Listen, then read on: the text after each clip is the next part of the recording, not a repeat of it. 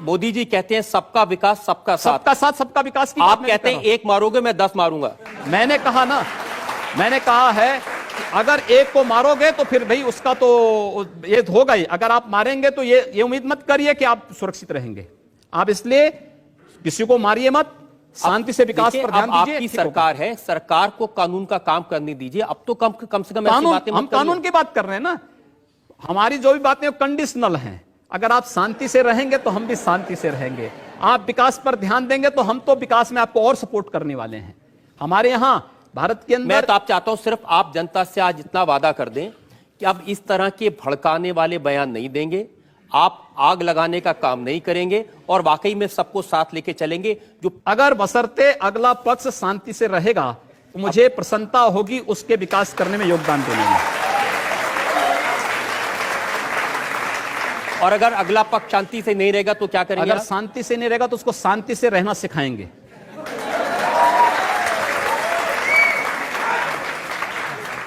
बंदूक के दम पर, मार के दम पर, जो जिस भाषा को समझेगा उस भाषा से समझाएंगे।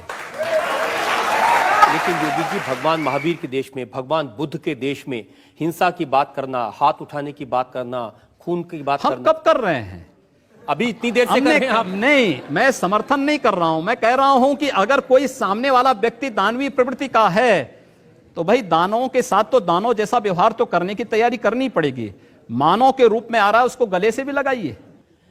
हिंदू मुसलमान, नफरत, मार काट, ये क्या शोभा देता है मंदिर के महंत को, भगवा पहने साधु को? हम कहां मार काट करवा रहे हैं? हम तो शांति से रहना चाहते हैं, बहुत शांति से रहना चाहते हैं।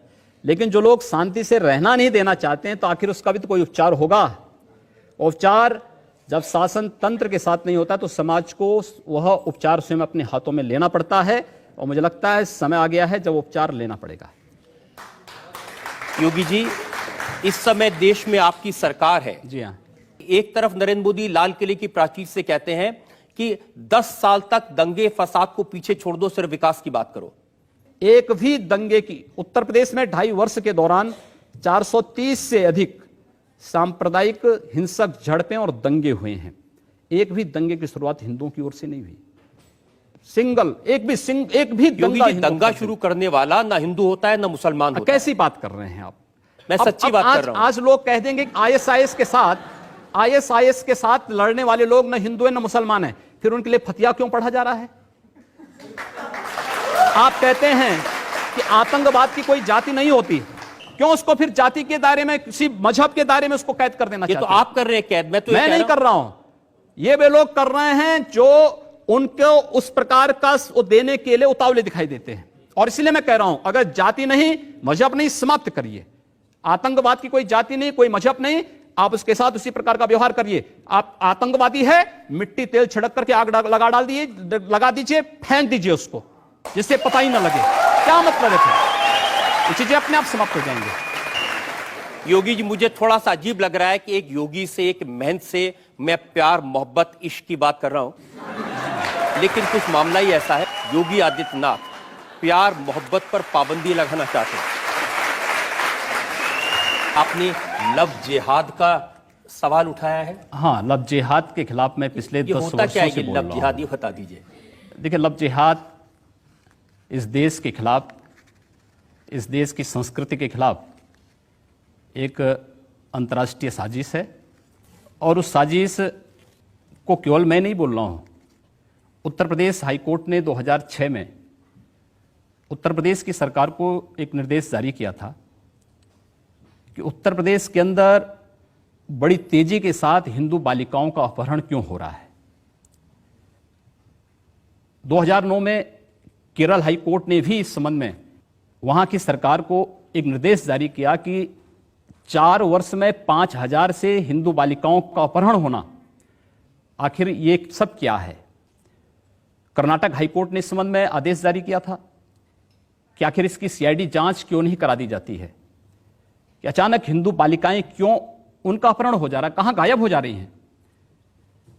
केवल ये 2 लोगों का आपसी प्रेम होता तो कोई बात नहीं, करें, आपसी सहमति से हो तो ठीक, लेकिन छल छद्म के आधार पर नहीं, धोखे के आधार पर नहीं, जो रांची में हुआ, जो मेरठ में हुआ, जो हरियाणा में हुआ, अगर इस प्रकार की किसी भी दुष्प्रवृत्ति को जिहाद के नाम पर हिंदुस्तान में थोपने का प्रयास होगा तो हम उसे किसी भी स्थिति में स्वीकार नहीं करेंगे।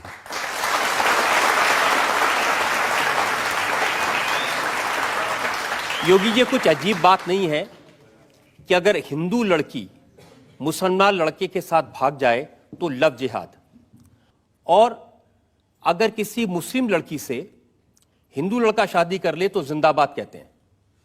ये डबल स्टैंडर्ड क्या है? केवल स्टैंडर्ड नहीं है, हिंदू लड़के के साथ कोई मुस्लिम लड़की जाती है तो अपनी सामाजिक सुरक्षा के नाते जाती है, इस बात को लेकर के जाती है कि वह हिंदू लड़का उस लड़की को लेके जा रहा है तो एक शादी के अपने व्रत को निभाएगा, उसकी सामाजिक सुरक्षा की गारंटी देता है। क्या इस्लाम इस बात की गारंटी देता है? नहीं। वहां उनके साथ एक, वहां पर एक जो हो रहा है इसके पीछे तो बहुत बड़ा अंतरराष्ट्रीय गिरोह काम कर रहा है लव जिहाद के नाम पर। इस पे पैकेज घोषित हुए हैं, हिंदू बालिका का अपहरण होना, उसके साथ जबरन दुष्कर्म करना, उसकी जिंदगी को बर्बाद कर देना, उसके अलग अलग पैकेज घोषित हैं। और ये धोखे के नाम पर आखिर क्यों अपना पूरा नाम नहीं बताती हो पहले से? रोज तो समाचार पत्रों में आ रहे हैं, रोज तो आप देख रहे हैं, रोज तो इस प्रकार की बातें आ रही हैं कि पहले नाम उसका कुछ और है, परिवर्तित नाम में कुछ और करके बाद में जब वास्तविक स्वरूप में आती है तो वो बालिका तब अपने आप को देखती है कि हमारे साथ धोखा हो चुका है। अपना सही नाम बताइए। क्यों आप गुड्डू, पप्पू और अन्य नाम पर बेवकूफ बना रहे हो समाज को? सही नाम से सामने आइए। मैं इसलिए पूछ रहा हूं क्योंकि जब आपने इश्क नहीं किया, मोहब्बत नहीं की, तो आपको क्या मालूम जब कोई किसी को दिल देता है तो उसका बायोडाटा थोड़ी पहले पूछेगा। ऐसा नहीं। देखिए, सवाल यह है कि आप अपने पूरी जिंदगी के बारे में, शादी ब्याह को केवल दो व्यक्तियों का मेल मिलाप नहीं मान सकते। यह समाज की वह आधारशिला आप खड़ा करना चाहते हैं जिस पर इस राष्ट्र का भवन तैयार होना है। आप इसको केवल एक दिन का खेल नहीं है प्यार, यह जीवन भर चलने वाली एक प्रक्रिया है और उस पर आधारित जो व्यवस्था होगी उस देश की नींव बनेगी।